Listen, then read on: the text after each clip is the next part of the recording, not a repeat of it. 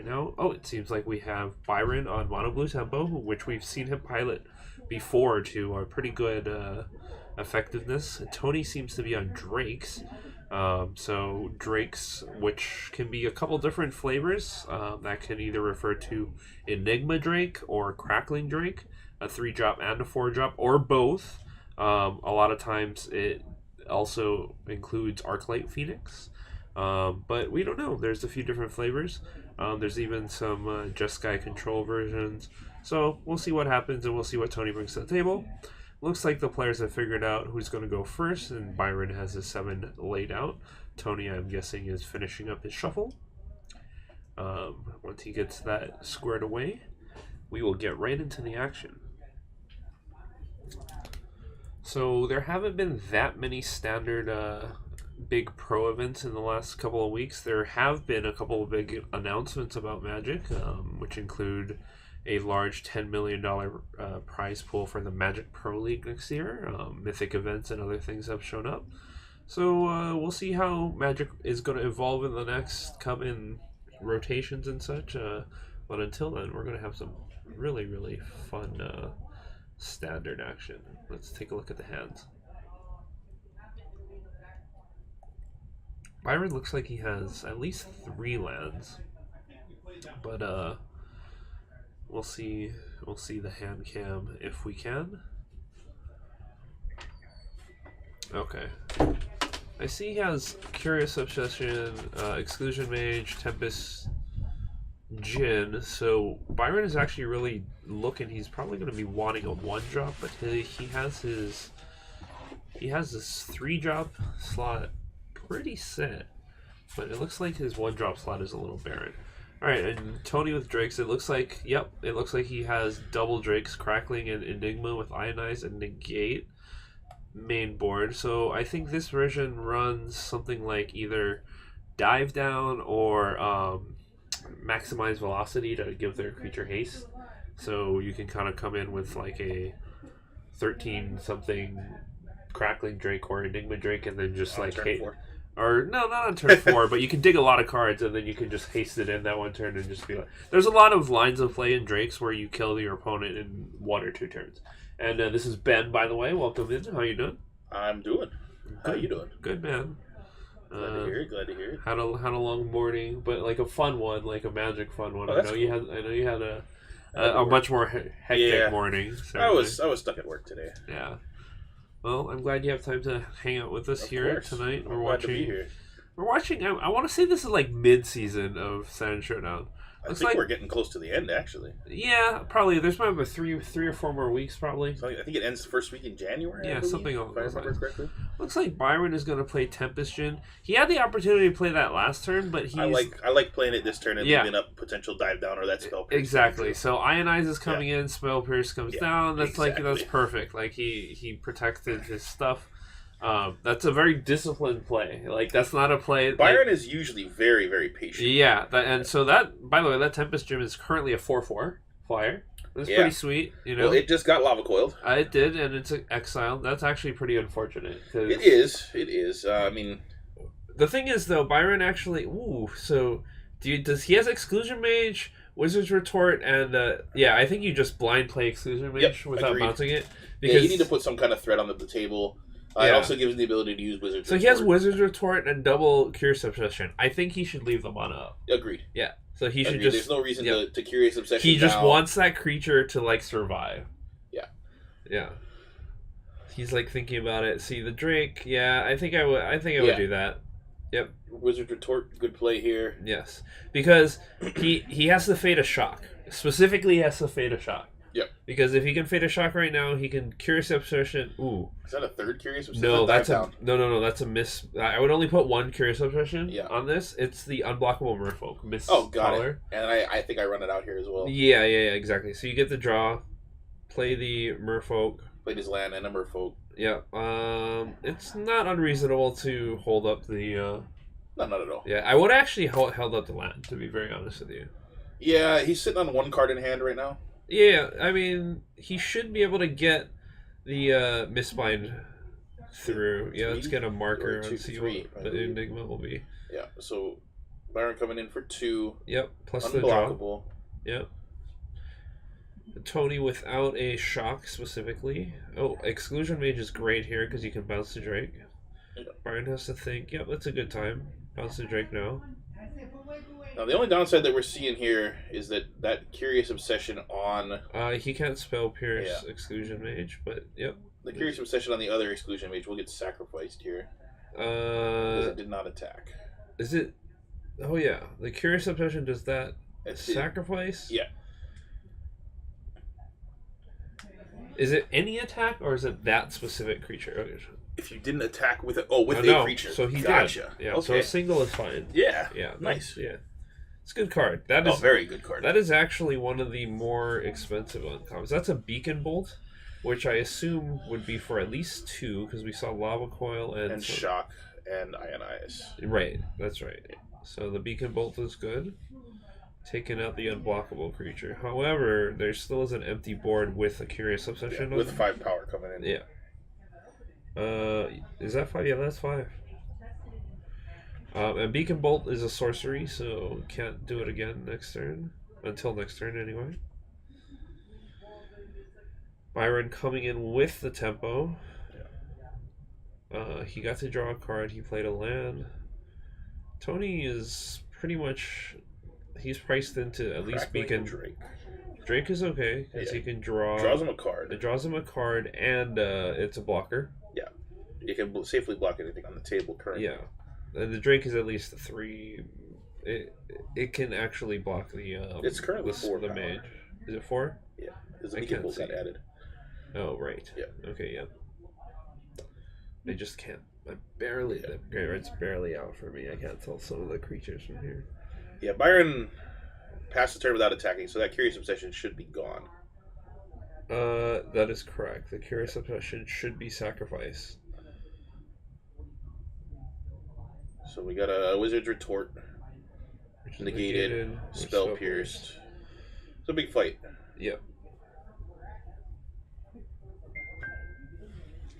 That's correct. However, at the end of this, Byron is down to 1 card. Tony, I actually think, is stabilized to a degree. Yeah, I think Tony's in a better spot than Byron is currently. Yeah. I think Tony has 2 cards in hand. Or more. Yeah, he has 3. And it looks like 1 is Enigma Drake, 1 is Opt. I'd be happy to just main step Opt here. Just to keep the train going. Yep. Oh, no, he wants the Enigma Drake first? Yeah, he's going to Enigma Drake first. That's fair. Then I can hold up hold up the Opt. Enigma Drake is also a 5, so there's 10 in the air right now. Yeah. Tony is going to Opt main phase, so now it's a 6. They're both 6. So he liked what he saw on top, I believe, and he kept it. I don't know if I like playing the Opt during his turn, though. Yeah, I would have main stepped opted if you didn't play the Enigma Drake. Yeah. But that's okay. Siren Stormtamer. That's one. actually a pretty good draw. Stormtamer does a lot as far as taking care of keeping one very specific thing alive. However, it's also a decent blocker for these giant creatures, which is pretty much what it's going to do. It's going to chump those. Can't tell you how many times I've sat across from a Siren Stormtamer and just had no way around it. Yeah, it's super annoying, right? Yeah. It's like a slightly better Thopter. Yeah. Alright, that main stepped up, making the Drakes 7s. The Drakes are both 7s right now.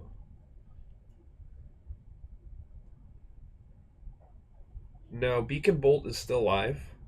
Yep. So you could Beacon Bolt the Siren Stormtamer and come in for 14, which would be lethal. Sure would be. And Byron, I believe, has 2 lands in hand. Actually, no. If he Beacon Bolts out of the graveyard, it's no longer lethal. Because the Enigma Drake shrinks. You are correct. Interesting. I like that he respects the fact that Byron could just outright kill him next turn. I don't know if he could outright kill him, but this is a fair attack.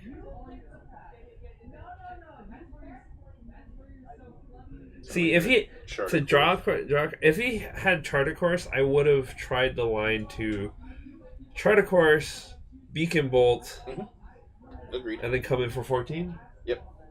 Agreed. Although I guess you could lose to. I mean, you wouldn't lose to Dive Down, but you couldn't get in if Dive Down was the card that came out. You would lose to like a bounce effect, like Blink of an Eye, or not lose, but you would like. You would cry. You'd just be sadder. Yeah. Yeah. That's a good way to put it. Yeah, and you would be a your opponent would still take 8. I don't know if there's because there's no settle or wreckage kind of effect, right? Yeah. So coming in here wouldn't be the worst. Yeah. No. We got a Tidebinder. So I think this is pre-combat. Yeah. So Byron's just saying before attacks he's going to Trickster and tap one of them. That actually makes the Drake an 8/3. So oh no, he tapped it, so he didn't. Yeah, that's right. He didn't do it during his. You know what you can do is when he attacks, he can flash in the Merfolk Trickster, make the creature not have flying, like make the Enigma Drake a 7/3, double block with the double exclusion mages because they're not helping him anyway. Buy yourself a turn. I believe that the one that you're thinking of would also make it a 1/1. What do you mean? It turns it into a 1/1 and loses all abilities. No, it turns it into a 2. It just loses all abilities and taps it. Are you sure? Yes. Merfolk Trickster. Jake, can you bring that up, please? Merfolk Trickster. It's like a 2/2 with flash. I'm thinking of the Warkite. Yeah, Marauder or you are. whatever. Yeah, when it attacks. That's the one you're talking about. But this one, yeah. So it loses all abilities until end of turn. Gotcha. So if you do it during the attack phase, you just jump it. You double block it with the exclusion mages, which aren't really helping you. Yeah. You still take 8, but it buys you a turn to come up with another answer. Correct, and maybe get through. Yeah, maybe. Who knows? I know Byron saw a lot of dead cards there. Yeah, he saw like 6 lands. Yeah. Kind of in a row. But what I would say is that people play lands too willingly. I believe that if my last card in my hand is a land, I'm not playing it. If you're yeah, that's true, which he didn't. But I'm talking about like if you're like mono blue tempo and you're at like 6 lands, like playing lands 7 through 8 don't mean anything unless you have a Tempest Gin. Yeah. Exactly, without a Tempest Gin on the board, and really. Like if we're being really honest, 7 and 8 still don't really mean much, even with a Tempest Gin like on a the board. 6/4 flying Tempest Gin is just as dangerous as an 8/4. Yeah, it's slightly less dangerous, but it's pretty much the same. It still kills problem. all the same stuff that you would it's pretty much the same problem. So, yeah, c'est la vie, right? That's how it goes. Now sideboards. There was a lot of actual counter stuff going on. We had there was a pretty interesting counter war. Yeah, you know what's interesting? Then we see that Warkite Marauder that I was talking about. Hey, that card is very good. It makes stuff like you know what that card used to be for?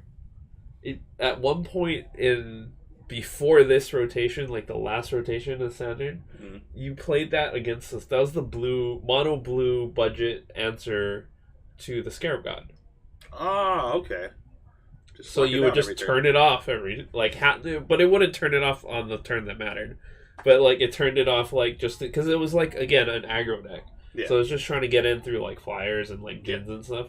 And then if at the end of the day someone put like a Scarab God, it'd be like you can't win against a Scarab God. I like that tech that Byron has there in his sideboard. I don't know if you caught that. There's a sleep in his sideboard. Sleep? That card is actually really good. That card is highly underrated. Very powerful magic it's card. Pretty much it blocks them down for a turn and a half. Yep. And that turn and a half should be enough to kill your opponent. It's really, really predicated on timing it to be like a turn 6 move to kill your opponent. Yeah. Give or take. Yeah. Yep. Yeah, when I was in those last playing on Arena over Thanksgiving, Sleep won me quite a few games. Yeah, Sleep on Arena actually hilariously has like threads dedicated to how OP it is. Which is, it's great and limited, but like you never see it that much in competitive play. I was playing Merfolk. But I ran like 1 or 2 copies of that, and then one of the Merfolk that taps everything down when it comes out. All of a sudden, like you win with it. Yeah, it's a good finisher. It looks like Tony and Byron are both going to take mulligans and go down to 6. So we will see how this goes for both gentlemen here.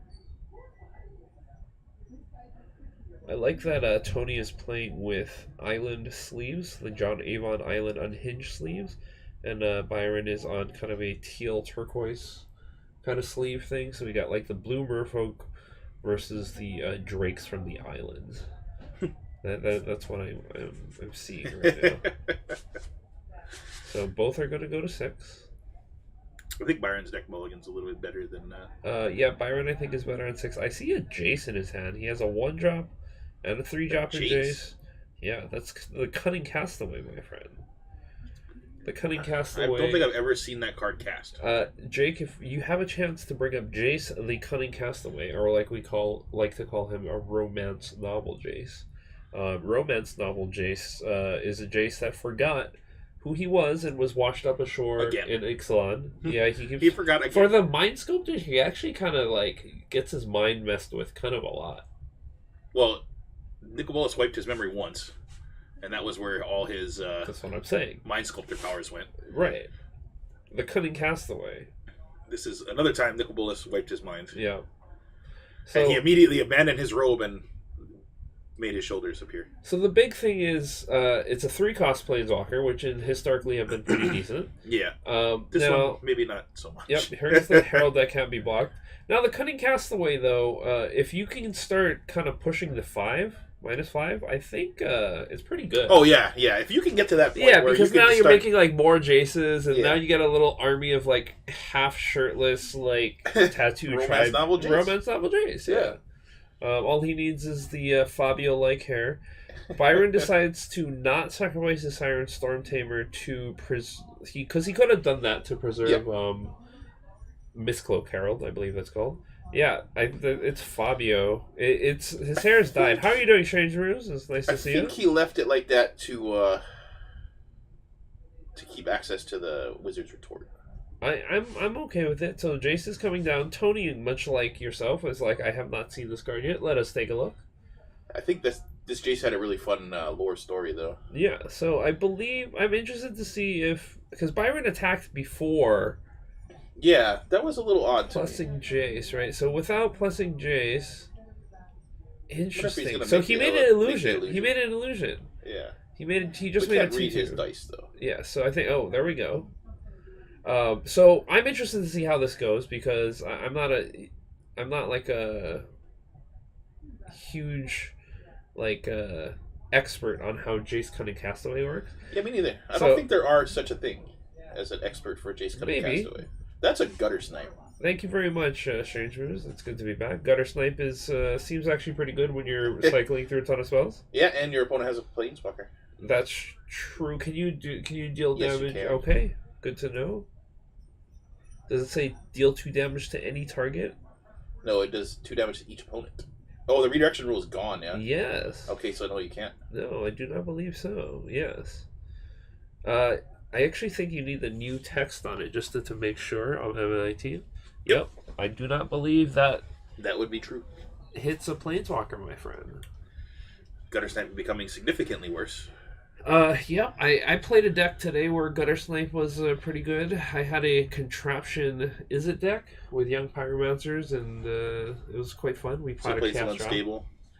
We had some unstable. Jake, our tech guy, made fun of me for putting a couple Contraptions in there, but Contraptions are very good. Jake, Alex brought a pre-con deck to Sealed. Jake is a little salty because he's my round 1 opponent. And you brought a pre-con deck to Sealed. That's not how that worked out. But I can smell the salt from here. Jake, ooh, I was about to say Jake ticked up, but I meant Jace ticked up. Well, Jake ticked off, Jace ticked up. I can understand where the confusion lies. Yeah, so the Siren Storm Tamer comes in for damage, so Byron got to loot. Yeah. It looks like he drew a Curious Obsession. Yeah, it actually looks like he ditched a land. Not bad. Yeah. He is a little short on land, though, I believe. I think he's establishing a pretty good position with Jace, though. Yeah. Ooh, that Crackling Drake. Ooh. Yeah, instantly Wizards Retorted and Spell Pierced. Spell Pierce.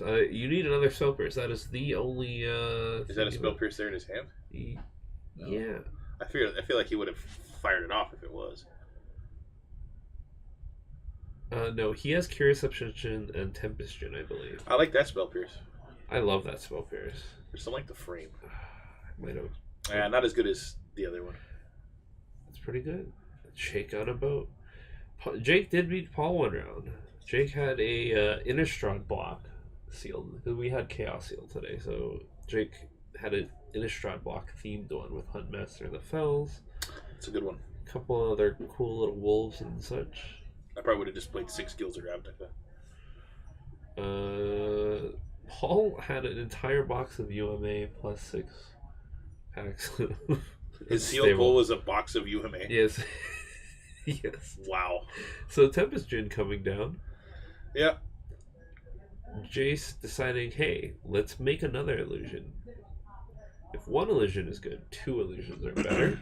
And I'm sure that we will probably be able to find a second illusion at some point. But until then, there's 2 right there. Now that Crackling Drake... So Tempest Gin just dies because the Storm Tamer does not have the mana available to protect it. That's the thing. I think the Drake... Okay, the Drake will probably need to be chump blocked if you want to see Jace survive. Now Lava Coil will trigger the Gutter Snipe. Yeah. Yep. So that'll deal 2 damage. Oh, he did tap 2. It's just kind of bright. Yeah, the glare is washing off that island on the left. There. Yeah, I gotcha. I see it now. And how big is that Drake? It's pretty big. I imagine it's like 4? 4, yeah. Maybe?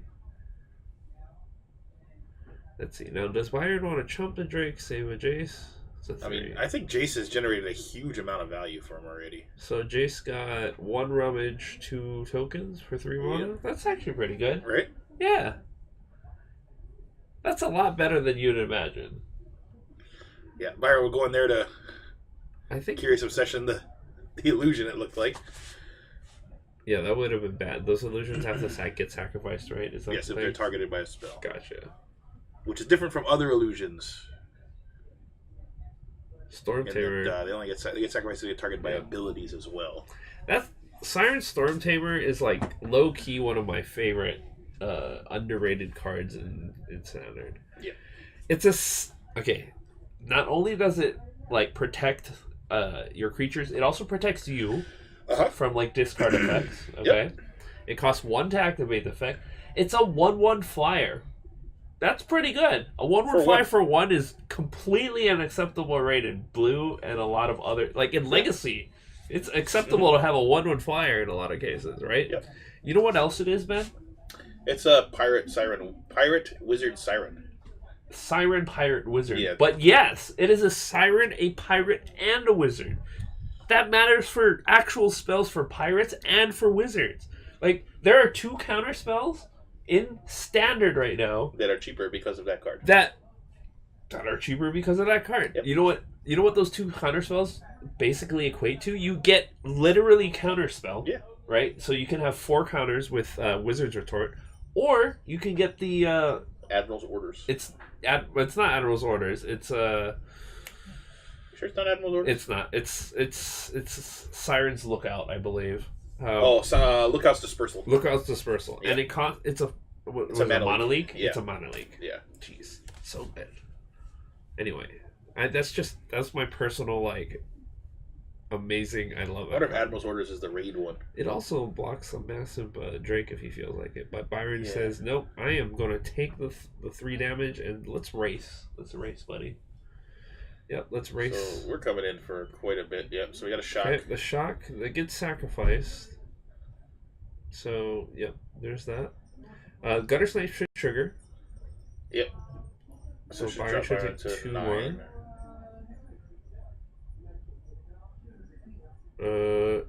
Right, Tony took damage from the 4. Did Byron take damage? Yeah, I think he was at 13. Oh yeah, he was at 13, went to 11. That's right. Yeah. Bad creature counter seals, don't need no help. Shock, which will instantly make the illusion disappear, and also trigger the Gutter Snipe. It looks like we have a good old race on our hands, by the way. Yeah. The shock also would make the Drake, I think, a 5/4. Yep. So that's 7 damage. So coming in for 5, drops Byron to 4. I believe Should the be one bigger. shock. Yeah, Yeah. the shock would make it one more because the shock went into the graveyard. We got a Curious Obsession. Yep. But we'll have our friend Jake check on that if possible. The Drake's size would have been a 5, so it would have been 1 more damage to Byron. Byron should be at 4. Because the shock would have put it up 1. There you go. That's all settled. Byron did get to draw a card. Not sure if it's one that he wants. I see a Merfolk Trickster, I believe it is. Ooh, is that a Banefire for... Yep. But that's a Banefire for 4. Is that not right? That's a Banefire for 4. Is it? That's for 5. Yep. It's a Banefire for 5. Yep. I like that Strange Brews misspelled counterspells because it was just like a triggering effect. Counterspells, anything that makes counterspells better seems pretty good to me. More counterspells that are good for blue seems good to me. What do you think, Ben? Yeah. Yeah. That's why I liked Metallurgic Summons. You know what's a great card, Ben? Force of Will. Force of Will's a great card, Ben. Force of Will's alright. Force of Will's a great card. It's no counterspell.